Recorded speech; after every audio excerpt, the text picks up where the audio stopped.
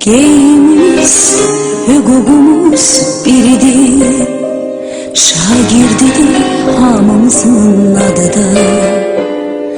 Elə bil ki boyumuzda eynidir, aman Allah ne xoşbəxtlik biz onda.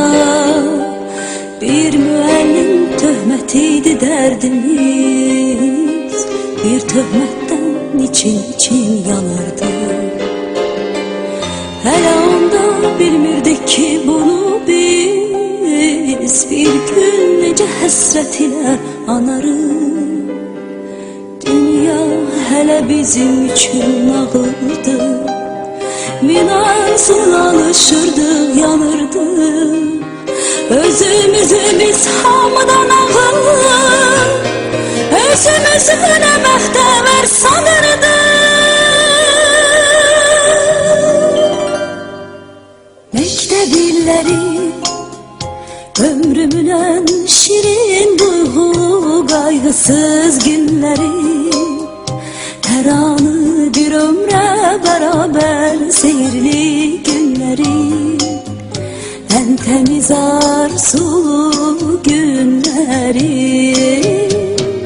Məktəb illəri, ömrümün ən şirin duyğulu qayğısız günləri, hər anı bir ömrə bərabər seyirli günləri, ən təmiz arzulu günləri.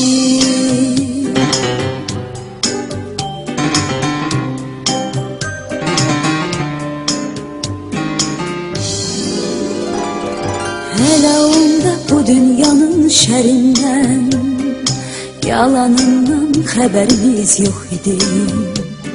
Qəm qüssəmiz, kədərimiz bir damcı, hələ onda sevincimiz çox idi.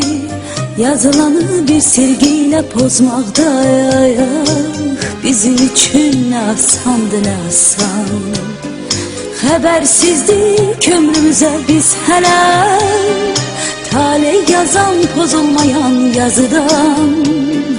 Dünya hələ bizim üçün nağıldı, min arzula alışırdıq, yanırdıq.